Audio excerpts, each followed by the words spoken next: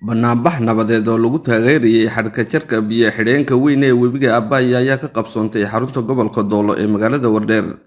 Banaanbaxan oo ay isugu soo baxeen guud ahaanba qaybaha kala duwan ee shacabka magaalada Wardheer ayaa isugu soo baxay barxadda kubadda cagta dugsiga hoose dhexe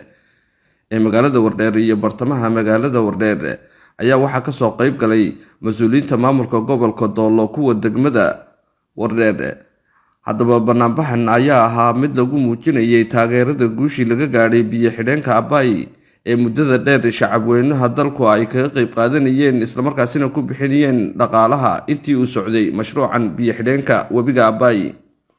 gabagabadii mas'uuliyiinta maamulka gobolka Doolo iyo kuwa degmada ayaa meel fagaaraha kula hadlay qaybaha kala duwan ee bulshada ka soo qayb gashay munaasabadan isla markaasina sheegay ahmiyadda uu u leeyahay guud ahaanba shacabweynaha dalkan Itoobiya. ama banaanbaxan lagu taageerayo biyo xidheenka Abaay aad iyo aad baad mahadsantihiin marka koobaad. marka labaad munaasabadeena sida hore loo sheegay waxay daaran tahay xarka jarka mashruuci weynaa ee Abaay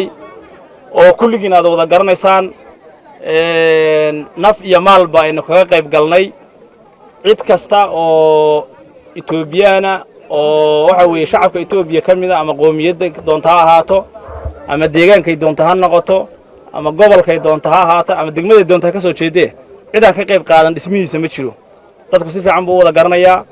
waa kii aan u jari jirnay lacagaha aan u jari jirnay weeye oo bil kasta mushaarkeena lacag kamid aan u jari jirnay deeqaha kala duwan loo ururin jiray. waxaan maantay markaa isugu soo baxnay inaan muujino taageerada aan u hayno mashruucaasi inuu inoo horgalo maadaama caqabado badan oo siyaasadeed ay ka hor yimaadeen dalal fara badan ay ku tala galeen inaan mashruucaasi hirgelin dagaalo siyaasadeed oo fara badan uu la kulmay kuwo diblomaasiyadeed uu la kulmay kuwo ilaa isku dayo ma garanaysaa amni la xiriira uu isku dayay intaba caqabadaas maadaama aan ka gudubnay inaan isugu soo baxno marka inaan taageeradeena muujino aad iyo aad bay laga maarmaan u ahayd waana idinka mahadcelinaynaa. mashruucan wuxuu midnimada u yahay oo muujinaya midnimada shacabka Itoobiya dhammaantii sababta waxa weeye waa mashruuc ay dhammaantood wada maal gashadeen weeye dhammaan shacabka Itoobiya ay wada maal gashadeen manfaciisa iyadana dhammaan sidoo kale u soo wada gaari doona haddii la yiraahdo. marka waa idinka mahadcelinaynaa mar labaad iyo mar saddexaad sida fiican aad isugu soo baxdeen waqtigu maadaama uu kulul yahay ahmiyadeennuna ay tahay dareenka taageeradeena mashruucaas dhamaystirkiisa aanu hayna inaan muujino waxaynu samaynaynaa insha Allah tacaala waynu baxaynaa haddii la yiraahdo si degan oo dadku aan la isjiiraynin oo degan aynu u soo malaynayaa qof muwaadin oo Soomaali oo bartan taagan oo biyo xidheenka ka qayb qaadan mala biyo xidheenkaas dalka Itoobiyana magac buu u leeyahay si guud deegaankeena Soomaalida iyo dalkeena guudba wuxuu ahaa wax lagu soo arooriyay dhiigga iyo hantida dadka reer Itoobiya wuxuu noqon doonaa mid dalka Itoobiya magacna u yeela istiraatiijiyad gaar ah oo muuqatana u yeela wuxuu noqon doonaa ugu yaraan waxyaabaha ugu faa'iidada badan ee ka faa'iidi doono khaasatan gobolkeena Doolo tusaale leerka aan maanta isticmaalno waa biyo xidheenka kamid ah biyo xidheenada Itoobiya la sameeyay.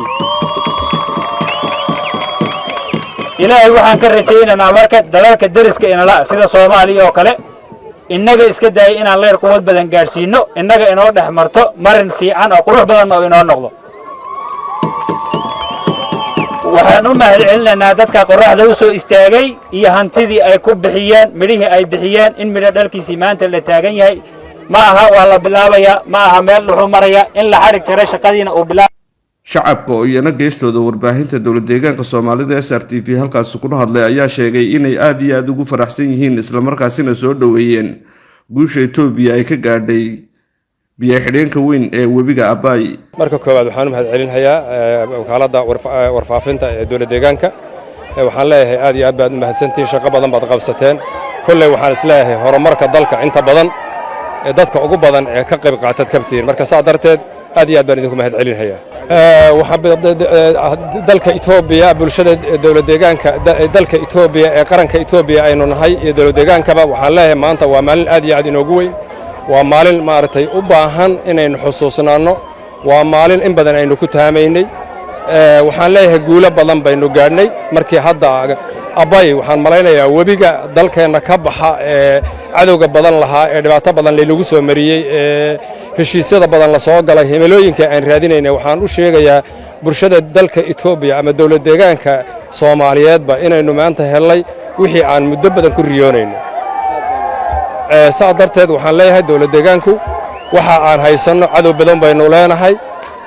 cadowga faraha badan aynu leeyahay aan ilaashano gudaheena wixii dhib ee ka jira aynu ka ilaalino waxa inoo haray oo ogtihiin hadaynu dalka Itoobiya Yuusuf Maxamed Xirsi waxa kamid ahay odayada ku nool magaalada Wardheer dawlad deegaanka Soomaalida Itoobiya runtii waxaan oranayaa waa maalin ku weyn shucuubta Itoobiya waa maalin ku weyn shucuubahan dariska nala ah wadamadan dariska nala ah waa maalin ku weyn misalan Afrikada marka loo eego horumarka dhaamka laga gaaray waa maalin aad iyo aad ugu weyn weeye waxaan leenahay guul la gaaray weeye aad baan ugu faraxsanahay 30 sano ama dhowr iyo 20 sano shaqadii la soo waday shucuubaha Itoobiya hadday tahay shaqaale dawladeed hadday tahay shacab hadday tahay dawlad shaqadii la soo waday ee dhaamka maanta in lagu guuleystay maanta in la xarig jaray runtii waxa weeye waa guulaan gaadhnay waa guul ay gaadhay shucuubta Itoobiya weeye aad baan ugu faraxsanahay waxaan leenahay dhammaan guulaha waaweyn ee ka taru ka mid tahay horaha u sii socdeen waxa kaliya inoo haray inaynu si nabadgelyo ku helno